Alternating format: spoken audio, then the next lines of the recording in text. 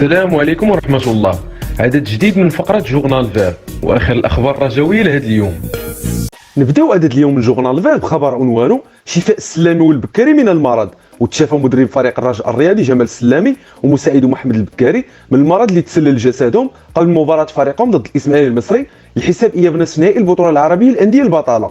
وتماثل السلامي والبكاري للشفاء بعد توصلهم بنتائج المسحه الطبيه الاخيره اللي خضعوا لها اجت سلبيه، ما كاين تيخلصوا الجسم ديالهم من المرض. الامر اللي غيخول لهم العوده للاشراف على تدريبات الفريق الاخضر استعدادا للمواعيد الرياضيه المقبله. وفي هذا الصدد كتب فريق الرجاء الرياضي عبر صفحته الرسميه بموقع التواصل الاجتماعي فيسبوك ما يلي: توصل نادي الرجاء الرياضي بنتائج الاختبارات التي خضع لها صباح يومه السبت عضوي الطاقم التقني للفريق جمال السلامي ومحمد البكاري اللذان اصيبا بالمرض، وجاءت النتائج سلبيه لتؤكد شفاء عضوي الطاقم التقني.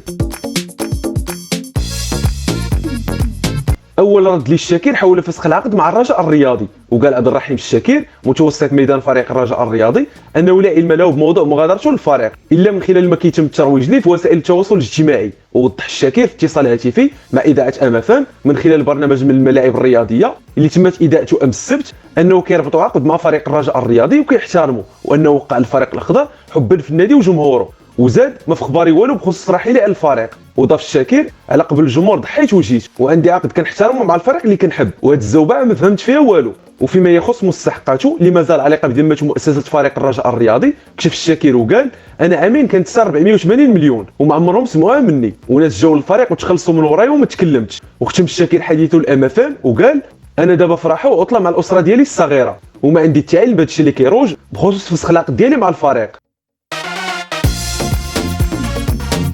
الرجاء الرياضي يؤهل لاعبين جدد في لائحته لدى الجامعه. ونجح فريق الرجاء الرياضي في تاهيل عناصر جديده بعد تقديم مضامنات ماليه لجنه المراقبه بالجامعه الملكيه للعبه. وقال سعيد وهبي الناطق الرسمي للفريق الاخضر في تصريحات اذاعيه امس السبت ان فريق الرجاء تمكن من تاهيل مجموعه من اللاعبين على غرار فابريس نكا، عمران فيدي ومحمد الدويك. واكد وهبي ان اللاعبين اللي تم تاهيلهم كيحق لهم المشاركه مع القلعه الخضراء في المباريات المقبله بين قوسين. وباش نشرحوا عمليه تاهيل الثلاث لاعبين وفي الاصل المدرب ما مقتنعش بهم، فلا فابريس نكا ولا عمران فيدي ومحمد الدويك ما سجلهمش فريق الرجاء في بدايه الموسم الحالي بحكم عدم اقتناع المدرب جمال السلامي بمؤهلاتهم.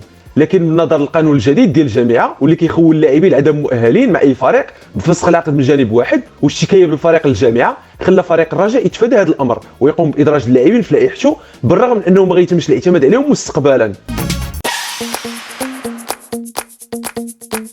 أستاذ هذه حقيقة زريدة والرجاء أكثر الفرق تضررا من سرقة المواهب. وأكد محمد أستاذ اللاعب السابق لفريق الرجاء الرياضي أنه كان وراء جلب محمد زريدة للفريق الأخضر. وقال أستاذ في تصريح الموقع سبور 1 أمس السبت أنه اكتشف زريدة ملي كان مدرب الفتيان القلعة الخضراء وتحديدا في مواجهه مع فتيان فريقه بالاهرام. وتابع اللاعب اثار انتباهي بحيث قدم مباراه كبيره دفاعيا وهجوميا، حينها ربط الاتصال برئيس الاهرام من اجل ضم زريده لفريق الرجاء الرياضي. وضاف استاذ في السياق نفسه: استجاب الرئيس للرغبه ديالنا في التعاقد مع اللاعب قبل ما نتحدث مع الاخير ويلتحق رسميا بفريقنا. وشار المتحدث نفسه ان فريق الرجاء الرياضي كيتعتبر اكثر الفرق تضررا بسرقه مواهب مدرسته سواء انديه واكاديميات وطنيه او خارج ارض الوطن.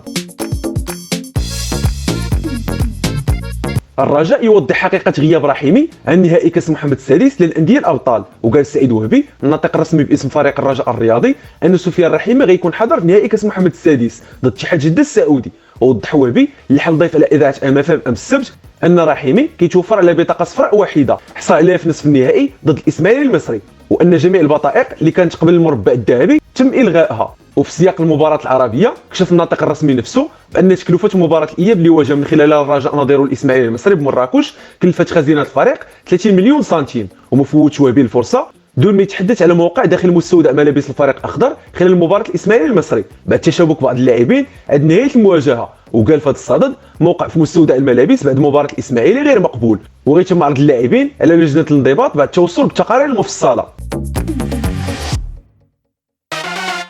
الاندلسي يدنا ممدوده للجميع وحكم مباراه طونغيت حاشا واش يكون حلو. وقال رشيد الاندلسي رئيس فريق الرجاء الرياضي ان يد الفريق ممدوده للجميع من اجل تفادي المشاكل وحل النزاعات بشكل ودي. وضاف رشيد الاندلسي اللي حل بدوره ضيف على اذاعه امافام امس السبت انه تقلد منصب كرسي رئاسه الرجاء من اجل اتمام مشروع المكتب الحالي وجعل الفريق دائما في الطليعه.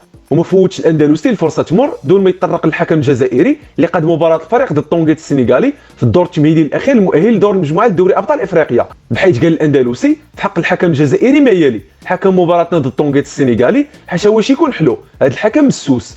وتابع الرئيس ذاته في هذا الصدد: حنا اعترضنا على الحكم الجزائري قبل المباراه وتوصلنا بالتجاوب، والرجاء كتحترم القانون بعيدا عن البلطجه والفوضى احتراما لتاريخ النادي. غياب التنسيق بين طبيبي الرجاء والمنتخب يهدد مستقبل الحفيظي. وفي تفاصيل الخبر اكد مصدر رجاوي مسؤول ان الطاقم الطبي للمنتخب المحلي ما تواصلش مع الطاقم الطبي لفريق الرجاء الرياضي بخصوص الحاله الصحيه لعبد الاله الحفيظي نجم الفريق الاخضر. ووضح مصدر خاص ان مسؤولي الرجاء حسب تقرير محمد العاصي طبيب الفريق فالحاله الصحيه للحفيظي ما كتسمحش ليه بالمشاركه في البطوله الافريقيه مع المنتخب المحلي على اعتبار ان اصابته كتحتاج لوقت اطول من اجل استعاده عافيته والعوده للتدريب. وفي نفس السياق فاجأ الطاقم الطبي المحليين مسؤولي الفريق الاخضر بالسماح للاعب الرجاوي بالمشاركه في التدريب بالاضافه للعب مباراه تدريبيه، وذلك بعد اخضاعه الفحوصات من قبل عبد الرزاق هيفتي طبيب المنتخب المحلي. وكيتخوف الرجاء من مشاركه الحفيظي في الشان اذا من شان مشاركته انها تسبب ليه في الاصابه من جديد وما يحرم الرجاء من خدماته لفتره طويله.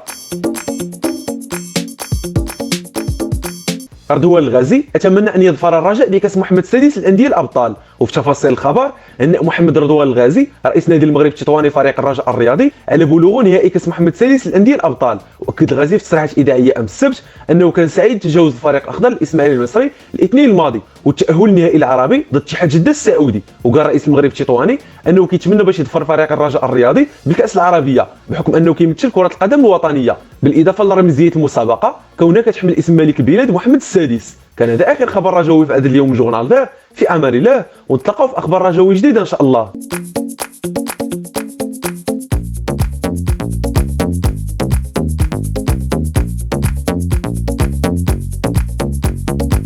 إلا بان لكم العمل ديالنا كيستاهل التشجيع ما تنساوش الاشتراك في القناه والاعجاب بالفيديو وتخليو شي تعليق فيه ارائكم وتشجيعاتكم وحتى انتقاداتكم البناءه.